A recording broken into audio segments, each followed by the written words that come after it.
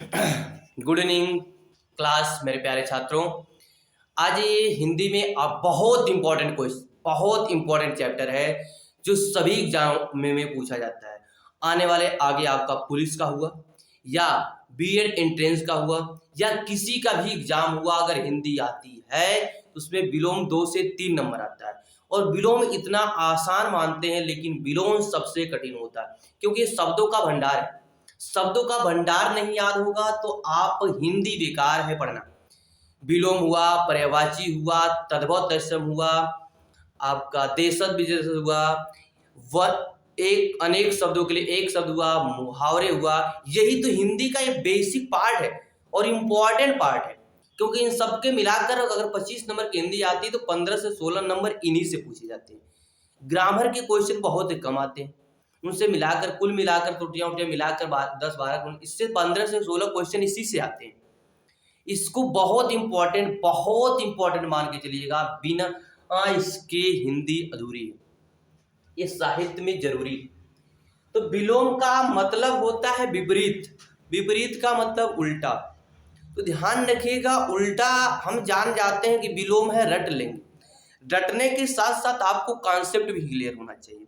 क्या है कि यह शब्द युग में ही होता है, जोड़ा ही होता है, बस एक दूसरे के विलोम होते हैं, विपरीत होते हैं। विपरीत होते हैं तो कैसे? मान लीजिए अगर कोई शब्द संज्ञा है, कोई शब्द संज्ञा है तो उसका विलोम भी संज्ञा होगा। संज्ञा है, चाहे वो जातिवाचक संज्ञा हो, चाहे व्यक्तिवाचक संज्ञा हो, चाहे भाववाचक संज्ञा। अगर कोई संज्ञा है तो वह संज्ञा ही उसका विलोम होगा। अगर वह विशेषण है या सर्वनाम है, संज्ञा है तो इसका विलोम भी क्या होगा? इसका विलोम भी संज्ञा होगा। ध्यान समझिएगा, अगर संज्ञा है तो इसका विलोम भी संज्ञा होगा। पहले ये देख लीजिए, संज्ञा है तो इसका विलोम संज्ञा, सर्वनाम है तो इसका विलोम भी सर्वनाम ही होगा, विशेषण है तो इसका विलोम विशेषण ही होगा, विशेषण है तो इसका विलोम भी विशेषण ही होगा, सर्वनाम है तो उसका विलोम ही सर्वनाम होगा, संज्ञा है तो विलोम भी संज्ञा ही होगी। अगर वह तद्भव है तो उसका विलोम भी तद्भव होगा। अगर वह तत्सम है तो उसका विलोम भी तत्सम होगा। अगर वह शब्द एक वचन है तो उसका विलोम भी एक वचन होगा। अगर वह बहुवचन है तो उसका विलोम भी बहुवचन होगा। ध्यान रखिएगा, अगर एक वचन है तो उसका विलोम भी एक वचन, बहुवचन तो उसका विलोम भी बहुवचन, अगर तद्भव है तो उसका विलोम भी तद्भव, अगर तत्सम है तो उसका विलोम भी तत्सम ही होगा। दोनों सेम, सब सेम होना चाहिए, कोई परिवर्तन नहीं होना चाहिए। एक वचन तो एक ही वचन, बहुवचन तो बहुवचन, तद्भव तो तद्भव, तत्सम तो तत्सम ही होना चाहिए, इसमें कोई परिवर्तन नहीं होना चाहिए। इन सब बातों को ध्यान में रखकर ही विलोम का प्रयोग करते हैं। तो अब समझ में आ गया होगा। और दूसरा, अगर विकारी है, ध्यान रखिएगा, विकारी मतलब जिसे लिंग, वचन, कारक तथा काल में बदला जा सके, वो विकारी। अगर विकारी शब्द है तो उसका विलोम भी विकारी होगा। अगर अविकारी है तो उसका विलोम भी अविकारी होगा। अगर अविकारी है तो उसका विलोम भी अविकारी होगा। अगर विकारी है तो उसका विलोम भी विकारी होगा। यहां तक बातें समझ में आ गई होगी, तभी आप विलोम को आसानी से याद रख सकते हैं। अगर नहीं तो रट्टा मारते रहिए, जीवन भर याद नहीं होगा। संज्ञा दिखे तो संज्ञा ही, सर्वनाम दिखे तो सर्वनाम ही, विशेषण दिखे तो विशेषण ही, एक वचन तो एक वचन, बहुवचन तो बहुवचन, तद्भव तो तद्भव, तत्सम तो तत्सम, विकारी तो विकारी, अविकारी तो अविकारी ही होगा, उसमें कोई परिवर्तन नहीं होगा। चलिए देखते हैं, अब बात करते हैं अंतरंग। क्या है? अंतरंग है। एक शब्द लिखा आपका अंतरंग। अंत मतलब होता है अंदर, रंग मतलब होता है बढ़ हुई, होता है समाया। जो अंतर रंग समाया होता है वह अंतरंग। जब अंतरंग है तो जो समाना है, अंतरंग क्या है? नाम है, संज्ञा है, कि विशेषण है, कि आपका तद्भव तत्सम तो उसी में आ सकता है, तद्भव तत्सम तो संज्ञा सर्वनाम में भी आ सकता है। तो बताइए, यह संज्ञा है कि सर्वनाम है? तो सर्वनाम तो है नहीं, अब ध्यान रखना, विशेषण की संज्ञा है तो अंतरंग नाम है कि भाव है? भाव है।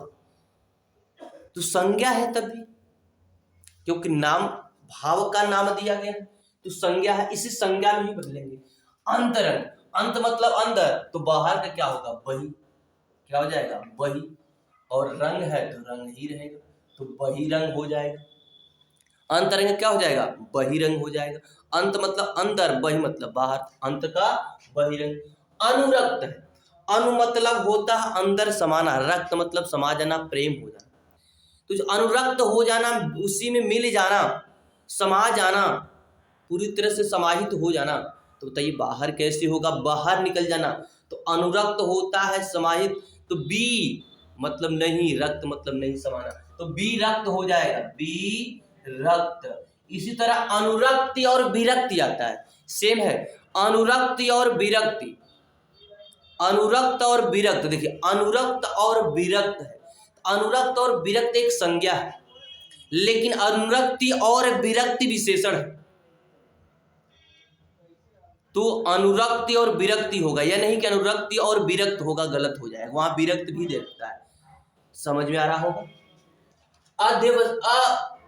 अध्यवसाय क्या है? अध्यवसाय है। अब बताइए अध्यवसाय है तो उसका क्या होगा? अध्यवसाय है, अध्यवसाय मतलब अधिधन वसाय, अधिधन वसाय है या अवसाय है, अधिधन अवसाय। अधि मतलब होता है क्या? अधूरा, समान, अधिवसाय, अवसाय व्यवसाय करना, अधूरा व्यवसाय करना। तो व्यवसाय करेंगे तो अनध्यवसाय, अनध्यवसाय मतलब व्यवसाय, अनध्यवसाय, अनध्यवसाय हो जाएगा। नहीं, अन हो जाएगा तो नहीं हो जाएगा, अधि था तो उसका विलोम हो जाएगा। अश्लील है, अ मतलब नहीं, सलील मतलब होता है कि दुष्ट व्यवहार, गलत हो उसका, अश्लील हो, नहीं कहते हैं अश्लील है, सलील है।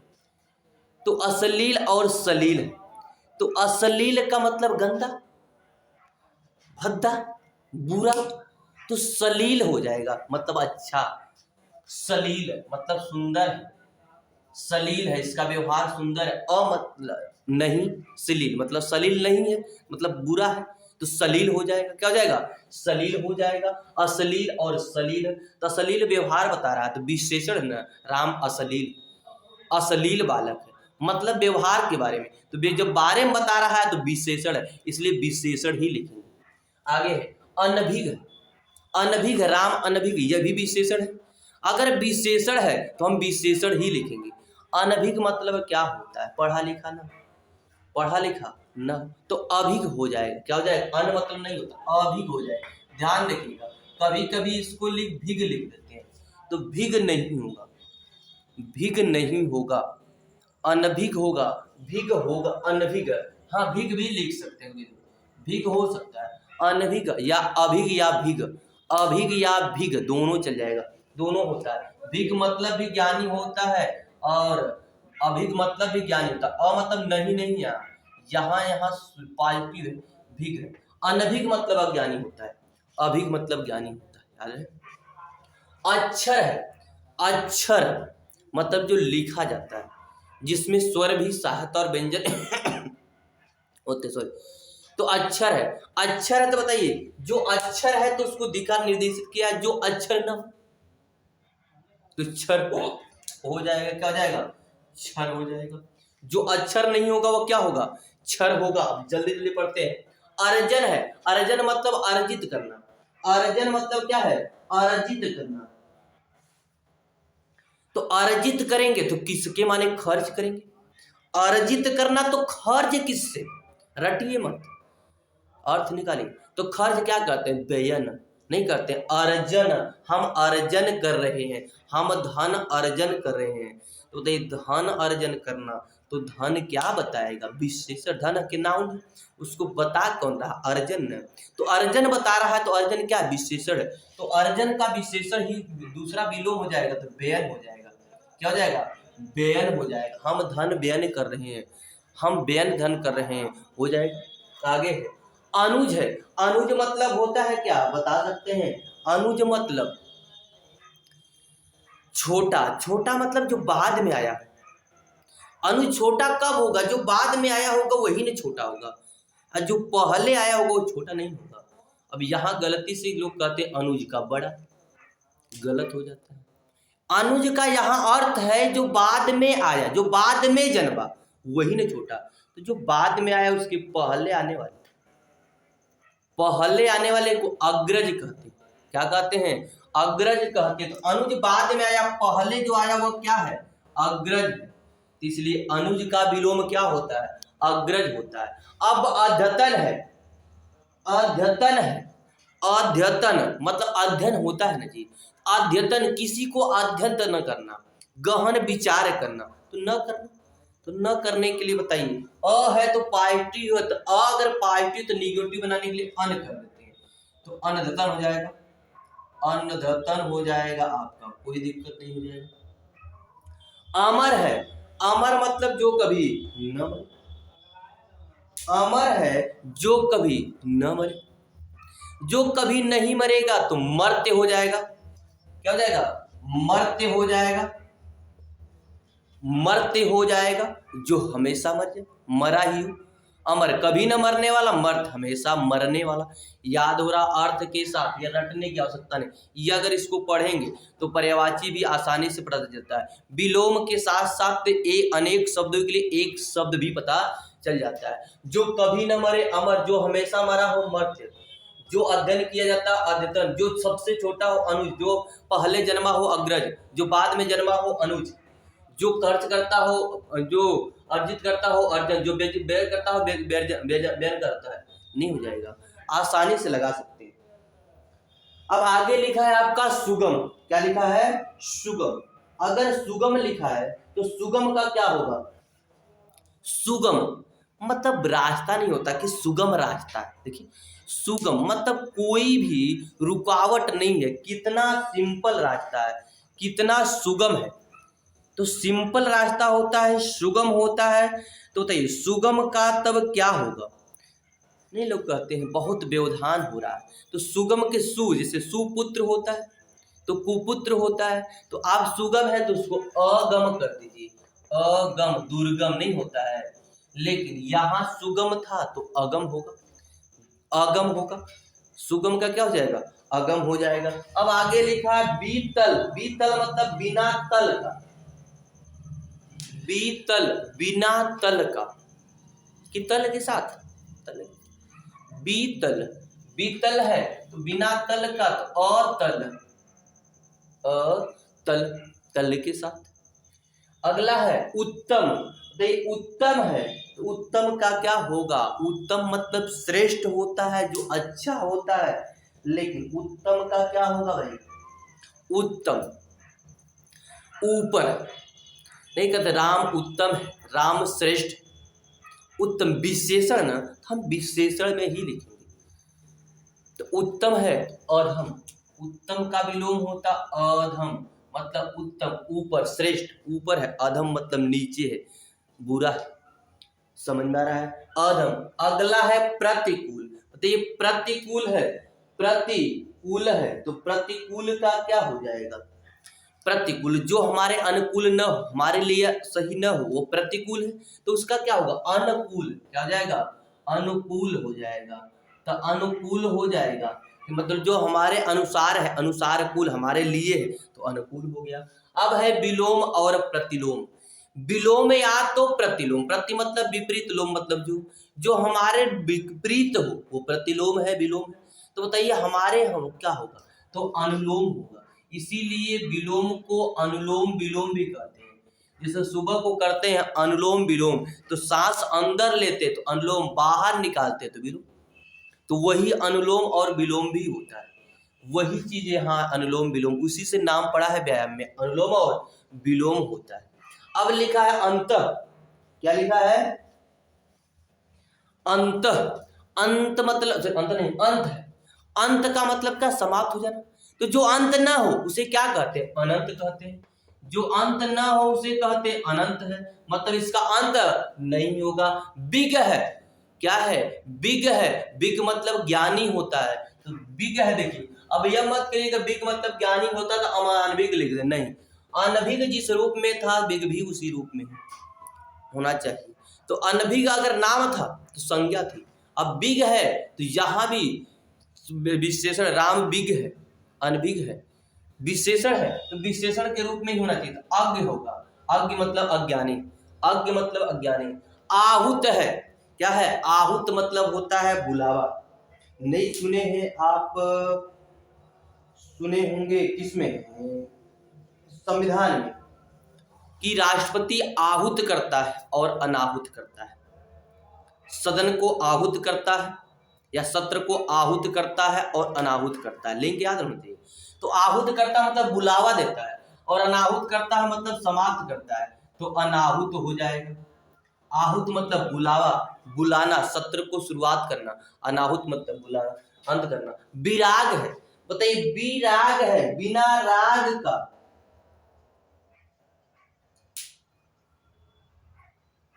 विराग है बिना राग का, तो बिना राग का तो राग के साथ गाएगा तो राग कह देंगे, नहीं राग के अनुसार तो अनुराग।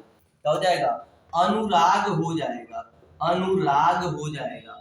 अब देखा है परिमित, परि मतलब चारों तरफ, मित मतलब मापना, जिसका मापन हो, एक मिनट, जिसका मापन हो उसे कहते हैं परिमित, और जिसका मापन न हो वह क्या होगा? परि मतलब चारों, जिसकी कोई सीमा हो और जिसकी कोई सीमा ही ना हो, मापन ही ना हो, कहां तक जाएगा उसे क्या कहेंगे? तो मित मतलब मापना, परि को हटाकर लेकिन अमित हो जाएगा, मतलब जिसका कोई मापन न हो। आरोह, आरोह मतलब धीमे धीमे बढ़ते जाना, तो उसका विलोम क्या होगा? घटते जाना। तो आरोह और अवरोही और आरोही नहीं होता, बस वही है। आरोह तो अवरोह क्या हो जाएगा? अवरोह। बहु है, बहु मतलब वो वाला नहीं, गांव वाला की बहु जो होते हैं औरतें, वह बहु नहीं जी, वो बहु नहीं। बहु मतलब अधिक, बहु मतलब क्या होगा? अधिक, ज्यादा, पर्याप्त। वो बहु मत समझिए। जब पर्याप्त होगा तो कम किसके माने होता? अल्प। किसके माने होता है? अल्प। तो बहु का क्या हो जाएगा? अल्प। क्या हो जाएगा? अल्प। उपेक्षा, उपेक्षा, उपेक्षा मतलब कोई आशा न हो। उपेक्षा नहीं कहते, तिरस्कार। क्या कहते हैं? तिरस्कार करना। तो उपेक्षा मतलब कोई आशा न हो, यह मतलब। और जब तिरस्कार है तभी तो उपेक्षा की कि आशा हमसे नहीं, इनका तिरस्कार करते हैं, अपमान करते हैं। लेकिन जब आशा होगी तो क्या कहेंगे? अपेक्षा। इससे अपेक्षा है, इसका सम्मान करिए। तो उपेक्षा का क्या हो जाएगा? अपेक्षा। उपेक्षा का होगा अपेक्षा। अनुनासिक, अनुनासिक मतलब जो नाक और मुख से दोनों पढ़ा जाए उसे कहते हैं अनुनासिक। जो शब्द या जो वर्ड नाक और मुख से दोनों से पढ़ा जाता है उसे कहते हैं अनुनासिक। और जो केवल मुख से पढ़ा जाएगा वह क्या होगा? या कह सकते हैं जो नाक से पढ़ा जाए उसे अनुनासिक, जो केवल मुख से पढ़ा जाए निरुनासिक। क्या हो जाएगा? निरुनासिक। अनुनासिक का हो जाएगा आपका निरुनासिक। लिख सकते हैं, जल्दी से लिखिए, निरुनासिक। अनुनासिक का लिख सकते हैं निरुनासिक। क्या हो जाएगा? निरुनासिक। अनिवार्य है, अनिवार्य नहीं देते हैं, क्वेश्चन में लिखा होता है, क्वेश्चन देते यह कोई प्रश्न करना अनिवार्य है। अब अनिवार्य है तो फिर क्या होगा? अब 4 ऑप्शन दे देता है तो आपको प्रश्न वैकल्पिक है, ऐच्छिक है, मतलब आपकी इच्छा इन चारों ऑप्शन में से जो ऑप्शन लगाइए आप, है ना जी। वैकल्पिक है, विकल्प दिया है, अब 4 विकल्प में से एक ही विकल्प लगाना है। तो वैकल्पिक या तो ऐच्छिक, वैकल्पिक या तो ऐच्छिक होता है ना जी। क्या होता है? वैकल्पिक या तो ऐच्छिक होता है। आपकी इच्छा है, जो लगाना हो लगाइए। वैकल्पिक या तो ऐच्छिक, वैकल्पिक या तो ऐच्छिक। समझ में आ रहा होगा पूरी तरह से। एक लिखा है चिरायु और दीर्घायु, चिरायु या तो दीर्घायु, चिरायु या तो दीर्घायु। आप पर कभी निमंत्रण जब आता है घर पे, आप लोग देखिएगा जो शादी विवाह का कार्ड होता है उस पर लिखा होता है चिरंजीवी,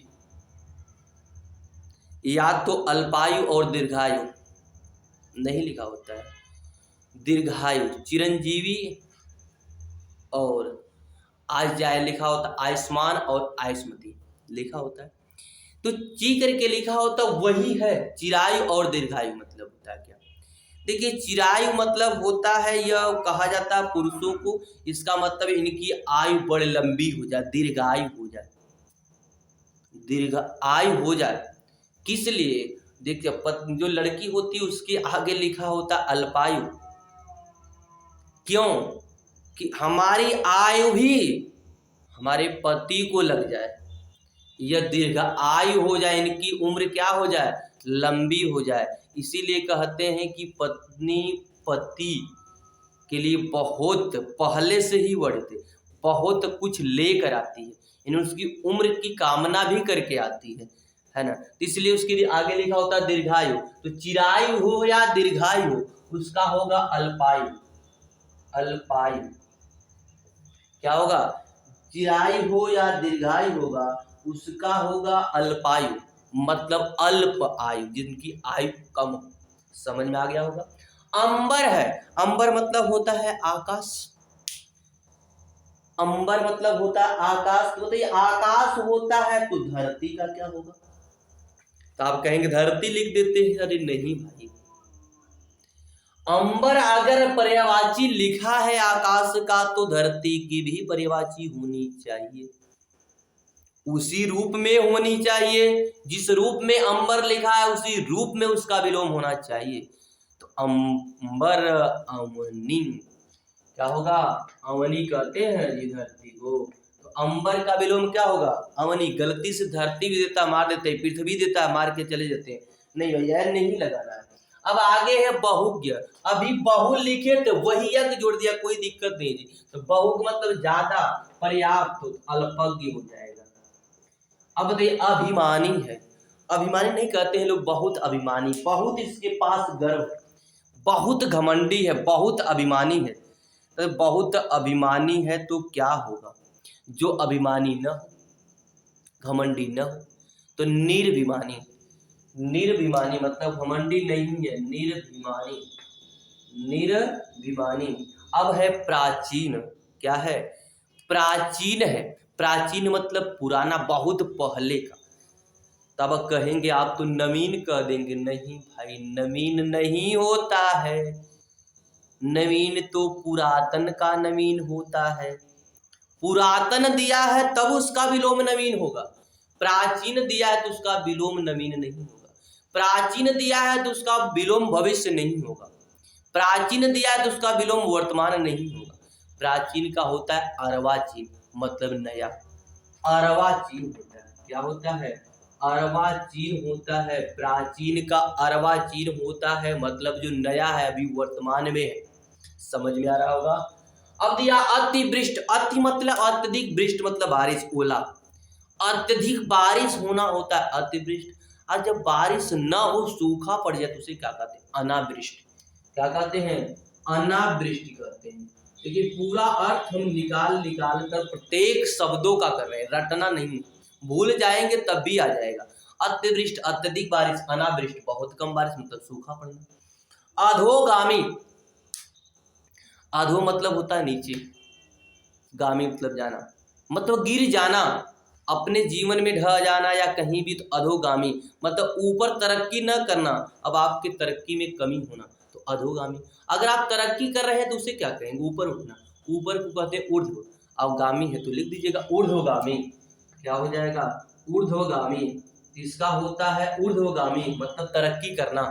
अब होता है अतिथि, अतिथि मतलब होता है जो कोई व्यक्ति कहीं से चल कर आए और उसकी तिथि निश्चित न हो और हमारे घर पे आए तो वह हमारे लिए क्या है, अतिथि है, मेहमान है। क्या है, मेहमान है। अगर मेहमान होता तो हम मेजबान लिखते। मेहमान, मेहमान का मतलब होता है कि वह कहीं से आया है और वह जानता कुछ नहीं है, वह घर पे हमारे लिए कुछ संदेश या कुछ भी लेकर आया है, तो जिसको मेहमान कहते हैं। अब मेजबान मतलब जो हम उसका स्वागत करते हैं, जो लोग उनका स्वागत करते हैं वह होते हैं मेजबान। या जिसके घर पे आते हैं वो उनका क्या हो जाते हैं, मेजबान। उसी तरह अतिथि है, मतलब जिसके आने की तिथि निश्चित न हो। भाई मेहमानों के आने की तिथि आजकल तो हो जाता, वर्तमान में जी, वर्तमान के जीवन में हो जाता। कोई फोन करके आएगा, भाई हम आ रहे हैं इस दिन सोमवार को सुबह 10 बजे। नहीं तो आजकल का युग ऐसा है कि कोई मिलबे नहीं करेगा घर पे। फोन न किया जाए, आजकल चला जाए तो कोई नहीं मिलेगा, ताला बंद रहेगा, कहाँ घर द्वार छोड़ के कोई है या नहीं, कोई आया जाए। आप फोन किए थे आने से पहले, हमें बताए ही नहीं तो हम भोजन कहाँ से बनाए, हम पानी कहाँ से रखें। आजकल यह युग है, ठीक है। तो इसलिए अब अतिथि नहीं रह गए हैं, अब तो बता के जाना पड़ेगा।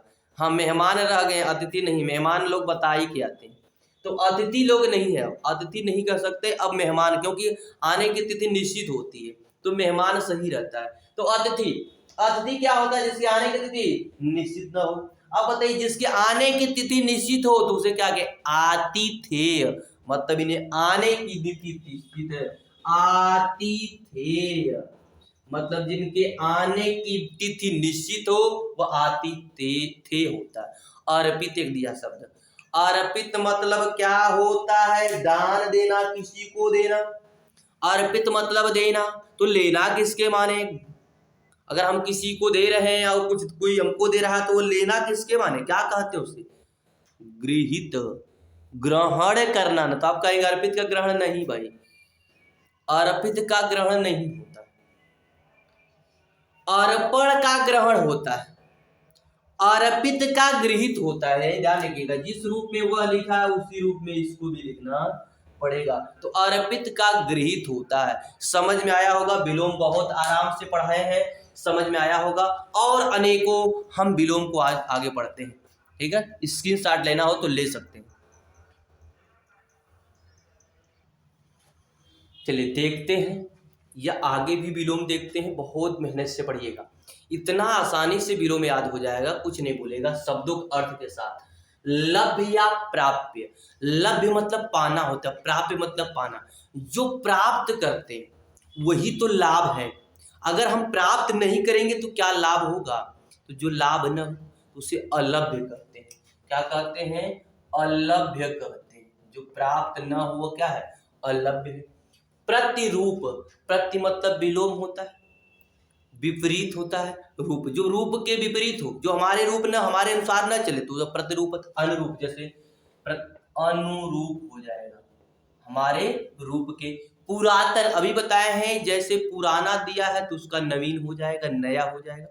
उस तरह पुरातन दिया है तो उसका नूतन हो जाएगा, या अधुनातन दिया है तब भी उसका नूतन होगा। तो पुरातन का हो जाएगा नूतन, या अधुनातन दिया है, अधु मतलब पहले, नातन मतलब जो पहले हुआ है, पुराने हुआ है, उसे कहते अधुनातन या पुरातन। तो उसका नया हो जाएगा तो नूतन हो जाएगा। अभियोगी, अभियोगी मतलब जैसे मार झगड़ा हो या जमीन का मैटर हो तो जो मुकदमा लिखाता है उसे कहते हैं अभियोगी, मतलब वादी। अभियोगी का मतलब वादी, मतलब फरियाद करने वाला, जो अपनी समस्या को ले जाकर पहुंचाने वाला। तो मुकदमा करने वाला होता है वादी या अभियोगी होता है। तो वादी दिया हो तो उसका मुकदमा जो रक्षा करने वाला होता है, जिसके ऊपर मुकदमा होता है, वह उस केस को देखता है, रक्षा अपनी करता है, अपना जवाब देता है, उसे कहते हैं प्रतिवादी, मतलब विरोधी जो होता है, प्रतिवादी। लेकिन यहाँ लिखा अभियोगी, तो अब इसी रूप में ना जी, तो अभियोगी है तो अभियुक्त होता है। क्या होता है, अभियुक्त होता है, मतलब जो क्या करता है, कृत्य किया होता है या जिस पर दोषारोपण लगता है वह अभियुक्त होता है। जो दोष लगाने वाला होता है वह अभियोगी होता है। योगी शब्द आप जानते ही हैं कि जो कहते हैं भाई योगी है तो ये कुछ दोष नहीं किया है, ये उसी से बना है अभियोगी। अजानते युक्त है, जो भाई कृत्य किया है वो अभियुक्त है, मतलब प्रतिवादी है। समझ में आ रहा है। अवशेष है, मतलब जो कुछ बचा है वो अवशेष है। आज इसमें न बचा है तो निःशेष है। क्या हो जाएगा, निःशेष हो जाएगा। जो कुछ न बचा वो क्या हो जाएगा, निःशेष हो जाएगा। दे है, मतलब दे योग्य है ना, देने योग्य। ये दे योग्य नहीं लिखते, दे राशि, तो दे राशि मतलब देने योग्य है, जो देने अदे हो जाएगा। क्या हो जाएगा, अदे हो जाएगा। विग्रह है, विग्रह का विलोम क्या होगा, देखिए विग्रह मतलब होता है अलग अलग करना। तो अलग अलग करेंगे तो विग्रह का विलोम संधि भी होता है।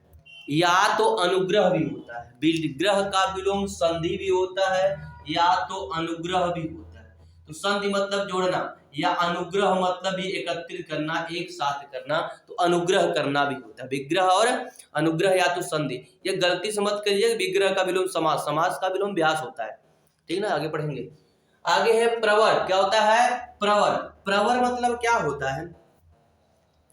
प्रवर मतलब ऊंचा, श्रेष्ठ। प्रवर आगे बढ़ने वाला। तो अवर, प्रवर का विलोम होता अवर, नीचे गिरने वाला। ससीम है, ससीम मतलब जिसकी सीमा हो, जिसका मापन हो। ससीम जो सीमा निर्धारित हो, तो जिसकी सीमा निर्धारित ना हो असीम हो जाएगा। क्या हो जाएगा? असीम हो जाएगा। ये तो महाप्राण और अल्प प्राण पढ़े, इसको बताने की आवश्यकता ही नहीं है। महाप्राण और अल्प प्राण पढ़े। अधिकृत मतलब जो अधिकृत है, जो कार्य करने के लिए अनुमति दिया गया है, यह कार्य सही है।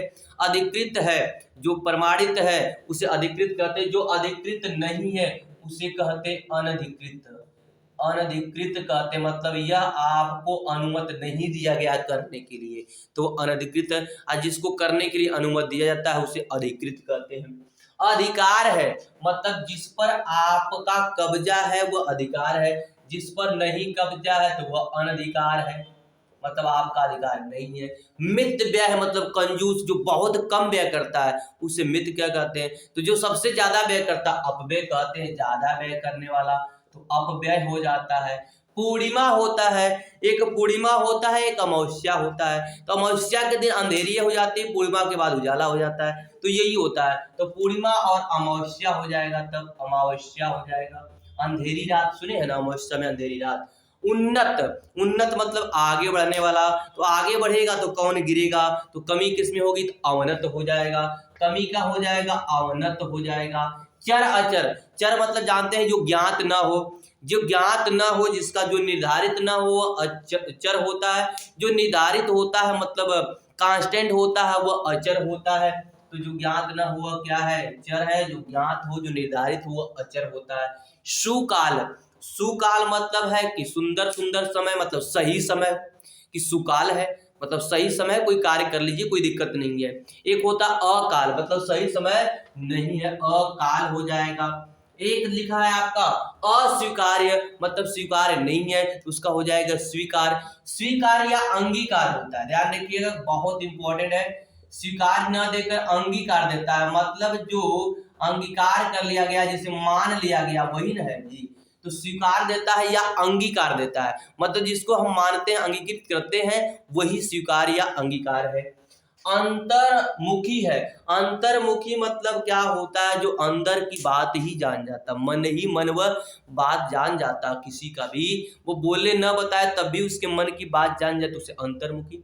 बहिर्मुखी क्या होता? बोलने के बाद जानता, तो बहिर्मुखी। ये दूसरा हो जाएगा तो बहिर्मुखी हो जाएगा, बहिर्मुखी हो जाएगा। शकुन है, क्या है? शकुन है। शकुन मतलब क्या होता है? जैसे सगुन और शकुन सुने हैं ना जी, शकुन और शकुन शादी विवाह में होता है शगुन, वही शकुन शुद्ध शब्द है।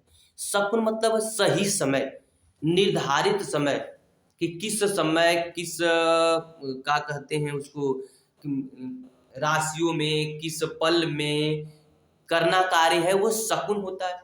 अगर शकुन की जगह कुछ आज बीच में टपक पड़े, जैसे क्या होता है, जिस पत्नी के पति नहीं रहते हैं और उनके पुत्र की शादी उदी होती है, या कोई ऐसी महिला जिसके पति न हो और वो किसी शादी समारोह में या किसी भी रिसेप्शन में जाए, कोई शुभ काम में, और वह उसके सामने पड़ जाए, तो लोग कहते हैं ये तो अब शगुन हो गया, ये तो लगता है कि अब सही नहीं होगा।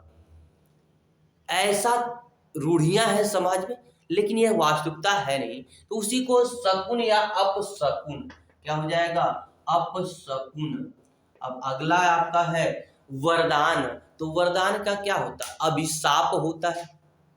अभी वरदान को आशीर्वाद भी कहते हैं। क्या कहते हैं?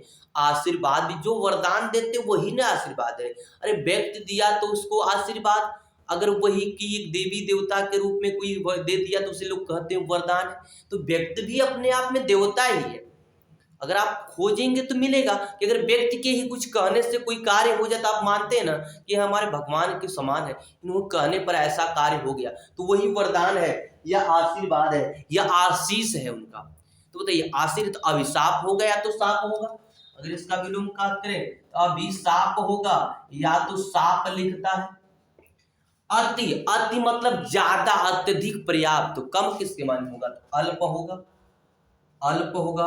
आवर्तक, आवर्तक, आवर्तक मतलब क्या होता है, देखिए आवर्तक मतलब होता है जो उचित हो करने वाला। तो अनावर्तक क्या हो जाएगा, अनावर्तक, अनावर्तक होता है। एक लिखा आदृत, क्या लिखा है, आदृत मतलब सम्मान करना, आदृत मतलब होता है सम्मान करना।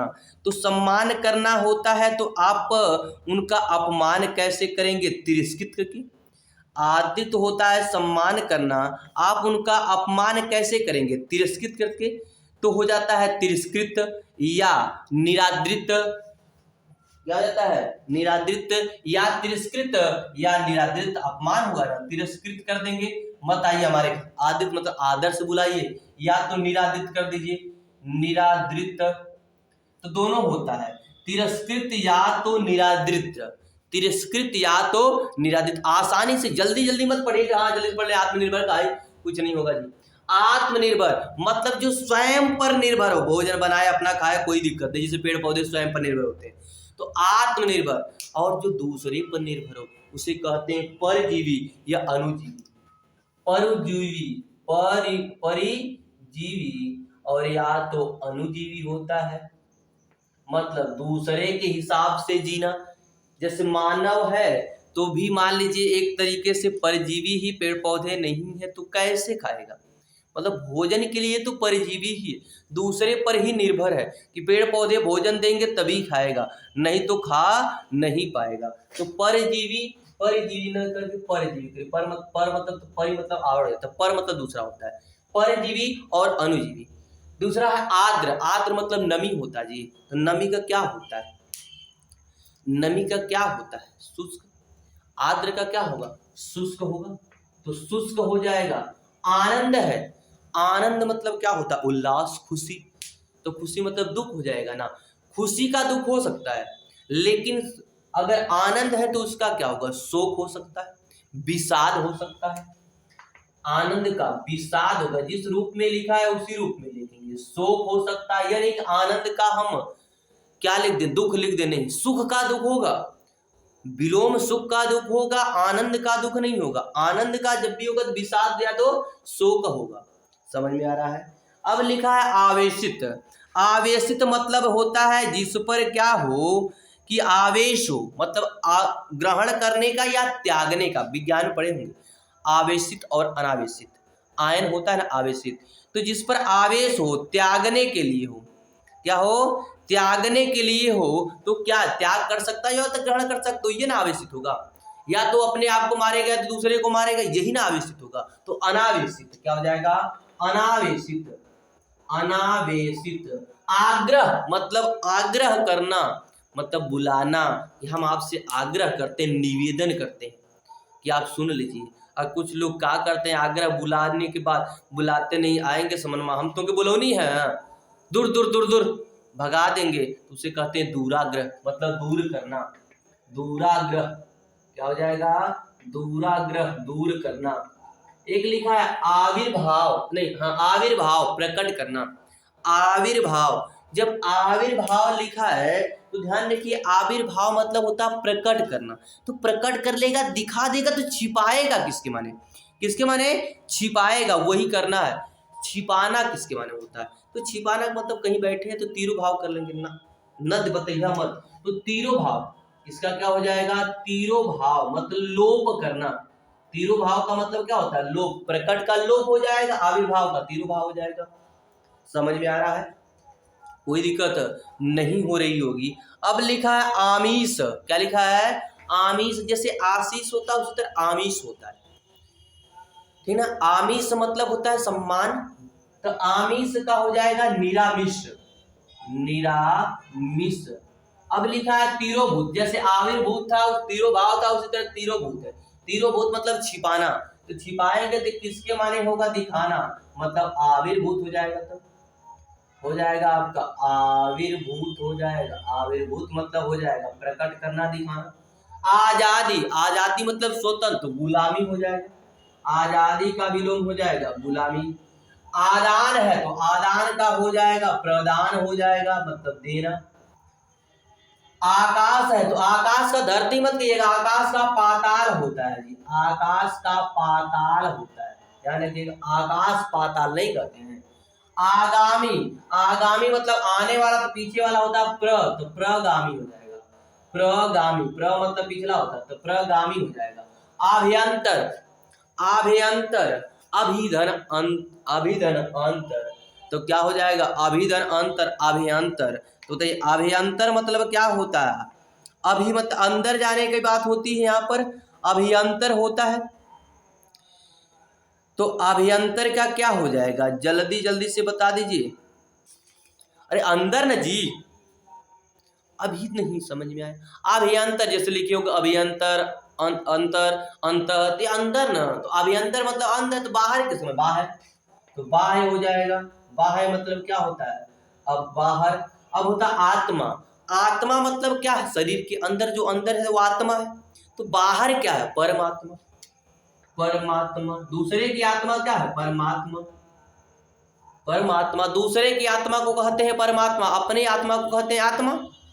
आगे है भौतिक या सांसारिक, भौतिक या सांसारिक मतलब जो संसार में दिख रही है, भौतिक मतलब जो दिख जाए, जो दिखती है वो भौतिक है, जो नहीं दिखती उसे क्या कहेंगे। तो कौन नहीं दिखती, हमारे समाज में रूढ़ियां हैं, शंकर भगवान मान ला, राम के मंगवाला मान ला, या धरती अगरबत्ती जला दा, सुन जाइए, पूजा है, ये करना है, ये सब क्या है, तो वो क्या आध्यात्मिक माना गया, एक अध्याय माना गया, उसे कहते हैं आध्यात्मिक। आध्यात्मिक, आध्यात्मिक होता है, यह क्या होता है, आध्यात्मिक होता है, मतलब जो दिखता नहीं है, और भौतिक जो दिखता है, ध्यान रखिएगा, आध्यात्मिक जो दिखता नहीं है, भौतिक जो दिखता है, भौतिक जो दिखता है और आध्यात्मिक जो दिखता नहीं है, ये दोनों है, याद रखिएगा। इतना आपको हमने पढ़ा दिया विलोम, दूसरे क्लास में भी और विलोम की चर्चा करेंगे। अगर इतना भी पढ़ लिए तब भी आपका एक क्वेश्चन तो फिक्स हो जाता है, और अनेकों विलोम, इतने विलोम से अभ्यास करने से कुछ होगा नहीं, लेकिन इतना भी पढ़ते चलेंगे धीमे धीमे तो आपको पूरा आ जाएगा। तो इसका स्क्रीनशॉट भी ले सकते हैं, ठीक है। अगर विलोम अब आपको आनंद आया होगा पढ़ने में, अच्छा लगेगा, पूरा वीडियो देखिएगा, चैनल को शेयर करिए, सब्सक्राइब करिए, लाइक करना न भूलिएगा। धन्यवाद, जय हिंद, जय भारत।